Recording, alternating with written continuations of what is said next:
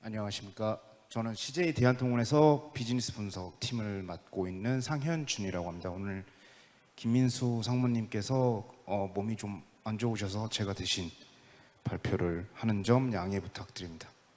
그리고 갑작스럽게 제가 발표를 하게 돼서 제가 많이 준비를 못했는데 이 점도 좀 양해 말씀 부탁드리겠습니다. 발표에 앞서서 저도 이제 앞에 발표하신 분들과 동일하게 대한통운 소속이기 때문에 대한통운이 무엇을 하는 회사인지 역사 조금만 말씀드리고, 그다음에 현재 변화하고 있는 물류 산업, 그리고 그 안에서 저희 대한통운이 하고 있는 사례를 중심으로 좀 말씀을 드리도록 하겠습니다.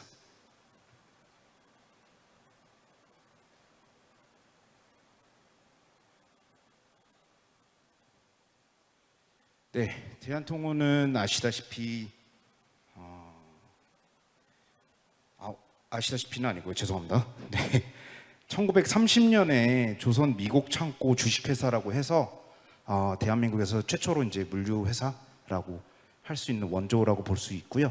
그다음에 1998년에 CJCGLS라고 해서 CJ에서 이제 물류 회사를 하나 또 창업을 했습니다. 이 두 회사가 결합이 돼서 2013년에 CJGLS와 대한통운의 결합으로 현재 저희는 CJ 대한통운이라는 이름으로 업무를 수행을 하고 있습니다. 그리고 저희는 국내뿐만 아니라 세계의 탑 티어로 나아가기 위해서 열심히 노력을 하고 있는 종합 물류 기업이라고 보시면 될 것 같습니다.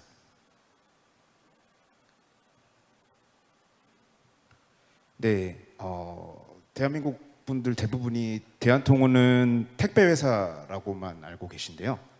대한통운은 택배뿐만 아니라 여러 가지 물류와 관련된 사업들을 진행하는 종합물류 기업 회사입니다. 컨트랙트 로지스틱스라고 해서 계약 물류, 삼자 물류를 중심으로 하는 사업을 진행을 하고 있고요. 가장 많이 알려져 있는 택배, 그리고 이커머스라고 해서 지금 현재 핫한 풀필먼트 쪽 사업도 진행을 하고 있고요. 그다음에 항만, 요 좀 연관이 돼 있겠죠. 항만하고 이제 포워딩 쪽 부분도 저희가 사업을 진행을 하고 있습니다. 그리고 각 국가 간의 이제 뭔가 프로젝트 물류에 대해서도 저희 대한통운은 참여를 해서 진행을 하고 있습니다. 그럼 대한통운 소개는 요 정도까지만 하고 실질적으로 이제 제가 말씀드릴 내용들을 좀 간략하게 말씀드리도록 하겠습니다. 네. 현재 제가 이제 입사를 했을 때는 물류 산업이 노동 집약적 산업이라는 인식이 많았습니다. 그래서 사람들을 어쨌든 투입을 다 하면 뭐 이틀이 됐던 3일이 됐던 택배는 배달이 된다라는 인식을 가지고 있다가 점차 최저임금은 상승을 하고 있고, 그다음에 사람들이 물류 회사들이 유통 회사들이 물류까지 담당을 하면서 특히 이제 아마존이나 쿠팡 같은 그런 회사들이 등장을 하면서 물류 인력난이 되게 심화가 되고 있습니다. 또한 쿠팡이라는 회사, 아마존 뭐 이런 회사들을 통해 가지고 로켓 배송을 많이 받아보셨을 텐데 그 로켓 배송을 저희는 이제 빠른 배송이라고 얘기를 하고 있습니다. 어떻게 보면 이길 배송 아니면 당일 배송, 그다음에 새벽 배송 이런 것들에 대한 소비자들의 니즈가 급격히 증가를 했고, 특히나 이제 코로나 시대를 거치면서 점점 더 빠른 배송에 대한 니즈들은 확대되어 간다라고 지금 보고 있습니다. 마지막으로 아까도 말씀드렸지만 이커머스에 대한 경쟁 심화, 그래서 갑작스럽게 등장한 아마존이 지금 미국이나 유럽 이쪽 부분에서는 유통도 하지만 물류까지 담당을 하면서 가장 빠른 배송을 하고 있는 걸로 알고 있고요. 우리나라에서도 지금 쿠팡과 네이버가 전체적인 이커머스 시장을 장을 하고 있는 상태에서 누가 더 빠르게 배송을 하냐, 누가 더 신속하게 배송하냐에 대한 싸움이 계속되고 있다. 이렇게 지금 현재 물류 시장은 갑자기 급격하게 코로나 시대를 지나면서 산업 형태가 바뀌어가고 있었습니다. 그래서 이런 것들을 저희가 이제 이 기업들이 결국에는 전통 물류 회사들은 살아남아야 되는데 이런 환경에서 어떻게 살아남아야 되냐 봤을 때 이런 세 가지 형태라고 대표를 할 수 있지만 결국엔 이런 모습들이 물류 산업에서 디지털 트랜스포메이션이라고 하는 것을 급격화시켰다. 급격하게 디지털 트랜스포메이션으로 변경이 되어 갔다라고 보시면 될 것 같고, 이 속에서 대한통운이 살아남기 위해서 아래에 보시면 로봇 자동화, 그다음에 AI 빅데이터를 통한 의사결정 지원, 그리고 디지털 트윈을 위한 통한 최적화, 그리고 IT 시스템 등에 대해서 진행을 하고 있다라고 보시면 될 것 같습니다. 그럼 다음 사례는 이제 대한통운에서 진행을 하고 있거나 지금 했던 것들을 위주로 좀 사례를 말씀드리도록 하겠습니다. 첫 번째로 아까 말씀드린 것과 같이 물류 인력난이 되게 심화가 되는 상황이기 때문에 결국에는 로봇이 사람을 대체해야 되고, 대한통운에서는 스마트 센터라고 위에 보시는 스마트 센터라고 해가지고 몇 군데의 풀필먼트 센터에 AGV가 각 특성에 맞게 투입이 돼서 지금 현재 실질적으로 작업이 이루어지고 있습니다. 또한 아래쪽 왼쪽에 보시면 이 부분에 대해서는 인천 GDC 센터에 이 모습이 들어가 있는데요. 이것 또한 로봇이 직접 움직이면서 우리가 물류업계에서 얘기하는 합포장, 여러 가지 물건들을 포장을 하는 형태를 로봇이 지원을 해주고 있다라고 보시면 될 것 같습니다. 그 다음은 이제 AI 빅데이터 관련해 가지고 사례를 좀 말씀드리도록 하겠습니다. 첫 번째로 데이터 매니지먼트라는 부분입니다. IT 시스템이 결국에는 여러 사업군으로 나뉘어져 있고 데이터들은 파편화되어 있는데, 이것들을 AI 빅데이터 플랫폼이라는 곳으로 한 곳으로 통합을 하고, 그 다음에 이 데이터들을 다시 그 각 사업군에 있는 현장 분들이나 스텝 분들에게 의사결정을 지원하기 위해서 데이터를 시각화시키는 작업을 저희 대한통운에서는 진행을 하고 있습니다. 그래서 아래에 보시는 바와 같이 저희가 흔히 얘기하고 있는 대시보드라고 하던가 웹 형태로 해서 의사결정을 지원해주는 데이터를 시각화하고 있습니다. 두 번째로 이제 택배 물동량 예측에 대해서 좀 말씀을 드리도록 하겠습니다. 이것에 대해서는 저희가 이커머스와 다르게 이커머스에서 주문이 들어오고 나면 택배에서는 지파에서부터 최종 고객까지의 여러 단계의 프로세스를 거치게 됩니다. 그렇게 되면 지파를 할 때 오늘의 지파 물량이 얼마가 될 것인가에 따라서 현장에서는 그 운영 계획을 달리 세우게 되는데요. 예전 같은 경우는 수기로 예측을 하고 있기 때문에 어떻게 보면 사람이 그냥 본인들의 감에 의해서만 예측을 하고 있어서 운영에 대한 원가 비용의 낭비 이런 것들이 있을 수 있었고요.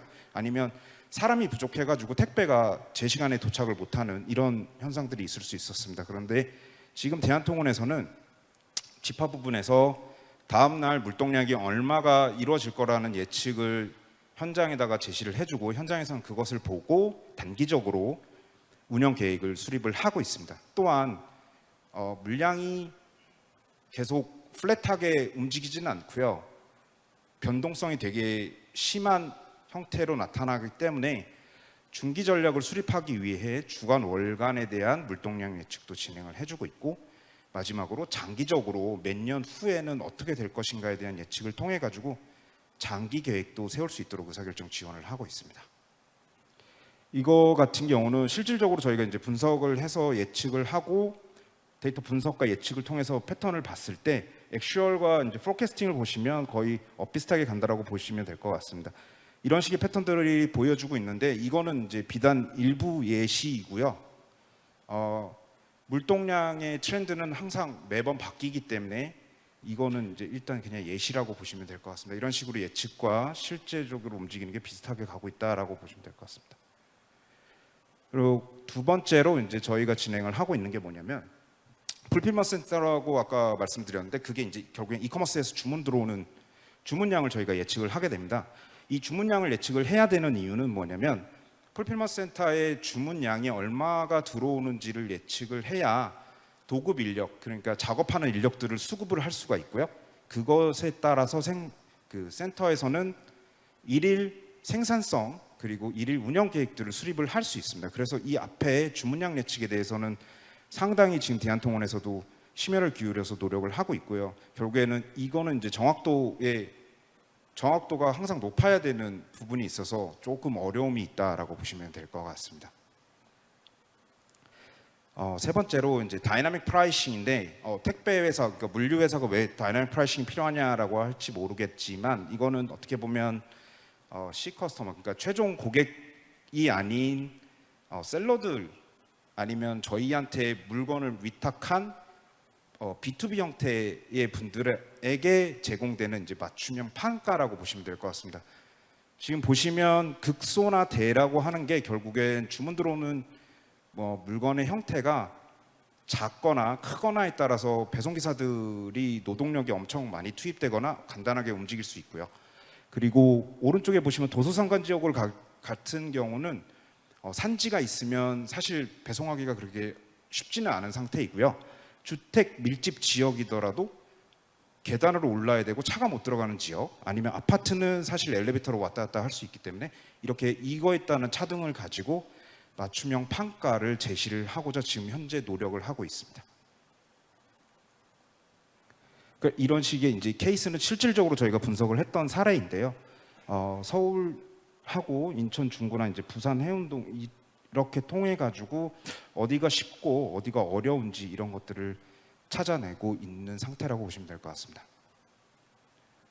그러면 이걸 통해 가지고 결국에는 난이도, 아까 말씀드렸던 그 난이도까지 고려를 해가지고 결국엔 전국적으로 어떤 식으로 해야 과연 택배의 비용이 적절한지에 대한 제안, 저희가 추천 이런 것까지 지금 현재 진행을 하고 있다라고 보시면 될 것 같습니다. 그리고 또 다른 부분은 이 지금 왼쪽 화면 같은 경우는 서브터미널로 되어 있는데요. 저기에 빨간색 불빛이 나오는 부분이 ITS 장비라고 합니다. 이 ITS 장비는 지금 이미지를 캡처한 것처럼 이렇게 사진을 찍어가지고 어떤 물품들이 현재 서브터미널에서 지나가고 있는 것들인지 사진을 찍게 됩니다. 그런데 여기에서 보신 바와 같이 이게 휴지인지 이게 생수인지, 그리고 오른쪽에 보시면 피존이 있기 때문에 이거는 섬유유연제야 할 수 있지만 밑에 박스 같은 경우는 이게 도대체 뭔지를 모르기 때문에 고객사가 어떤 상품을 다루고 있는지 그거에 따라 맞춤형으로 저희가 운영을 탄력적으로 할 수 있어서 이거를 이미지 분류를 진행을 하고 있다라고 보시면 될 것 같습니다. 사실 이미지 분류가 그렇게 쉽지는 않습니다. 사진처럼 헷갈리는 부분들이 있어서, 그러나 저희는 최대한 이제 생수, 휴지 뭐 이렇게 큰 부피가 큰 부분에 대해서는 정확도가 꽤 높다라고 할 수 있습니다. 이 부분은 저희가 계속 진행을 하고 있는 부분인데요. 분실화물이라고 해서 택배의 물동량이 많아짐에 따라 가지고 분실화물도 많이 일어나고 있습니다. 그런데 분실화물을 추적을 할 수가 없어요. 어디에서 잊어버린 건지 절대 추적을 할 수가 없는 상태이기 때문에 차라리 그러면은 상품의 사진을 찍어 가지고 그 사진과 OCR 기술이라던가 이미지 분류 기술들을 활용을 해서 이것들이 어디 부분에서 유실이 된 건지 이런 추적을 할 수 있는 시스템을 만들자고 해서 현재 이거를 진행을 하고 있고요. 이 프로젝트에 대해서 진행을 하고 있고요. 이것을 통해 가지고 고객들도 아마 본인들의 상품이 어디에서 유실이 됐는지 이런 것들을 빨리 파악할 수 있을 것이라고 기대를 하고 있습니다. 마지막 저희 사례를 하나를 또 말씀드리면 미들마일 네트워크 최적화라고 해서 이게 무엇이냐면 아까 말씀드렸던 지파에서부터 최종 배송 고객까지 그 중간을 저희는 미들마일이라고 얘기를 하고 있습니다. 이 부분은 고속도로에서 많이 보셨던 11.5톤 트레일러 이런 것들의 움직임에 대해서 저희가 그럼 어떻게 네트워크를 효율적으로 가져가야 이길 배송을 할 수 있나, 당일 배송을 할 수 있나를 찾을 수가 있거든요. 그래서 이 부분에 대해서는 최적화를 통해 가지고 미들마일 네트워크를 설계를 하고 있다라고 보시면 될 것 같습니다. 결론입니다. 제가 지금까지 계속 업무를 수행을 하면서 가장 많이 느꼈던 거는 왼쪽에 보시는 바와 같이 이제 선순환이 이루어지게 되면 데이터가 계속 쌓이고 인사이트 도출하고 데이터 기반의 의사결정을 할 수 있어서 점점 더 발전을 할 수 있으나 가장 중요한 건 데이터입니다.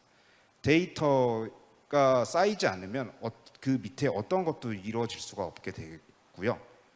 그래서 확인을 이제 여러 가지 생각을 해봤을 때 물류 데이터 같은 경우는 도로도 택배 기사분들이 도로도 확인을 할 수가 있고요, 실시간으로. 그리고 물동량, 그래서 대한민국 사람들이 과연 어떤 것들을 많이 주문하는지 이런 데이터들도 많이 있어서 데이터를 유통하고 공유하는 거가 활성화된다면 물류 산업에서도 AI가 이제 적용하는데 좀 더 빠르게 적용되지 않을까 생각을 하고 있고요. 마지막으로 이런 데이터들이 너무 많다 보니까 결국엔 개인정보나 이런 보안적인 부분에 문제가 있을 수 있는데, 이런 개인정보 보호나 보안성에 대한 강화를 하게 된다면 AI의 기술이 좀 더 물류 산업에서도 빠르게 발전을 해서 어느 순간 AI가 이제 결국 물류를 대체하는 그런 날이 오지 않을까 생각을 하고 있습니다. 이상으로 제 발표를 마치도록 하겠습니다. 감사합니다.